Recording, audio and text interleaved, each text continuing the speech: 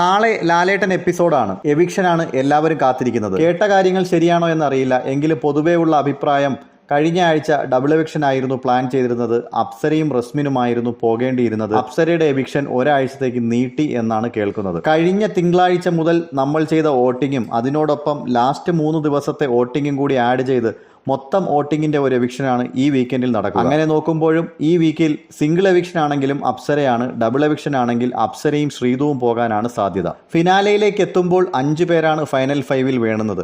പക്ഷേ ആ ഫൈനൽ 5-ന് തൊട്ടു മുമ്പായി 6 പേരെ നിലനിർത്താനും സാധ്യതയുണ്ട്. കഴിഞ്ഞ സീസണിലും നമ്മൾ കണ്ടതാണ്. ഫൈനലിന് തൊട്ടു മുമ്പോ അതല്ലെങ്കിൽ അതിന് തൊട്ടു മുമ്പോ ഒരാളെ എവിക്റ്റ് ആക്കും. അപ്പോൾ അവിടം വരെ ഒരു 6 പേരെ കൊണ്ടുപോകാനാണ് സാധ്യത. പിന്നെ ഒരാൾ പണപ്പെട്ടി ടാസ്കിലൂടെ പോകും. അപ്പോൾ 7 ആകുന്നു. പിന്നെയുമുള്ള 3 പേരെയാണ് വരാൻ പോകുന്ന 2 ആഴ്ചകളിലായി എവിക്റ്റ് ചെയ്യേണ്ടത്. അപ്പോൾ ഒരുപക്ഷെ നാളെ ഒരു സിംഗിൾ എവിക്ഷനും അടുത്ത ആഴ്ചയിലും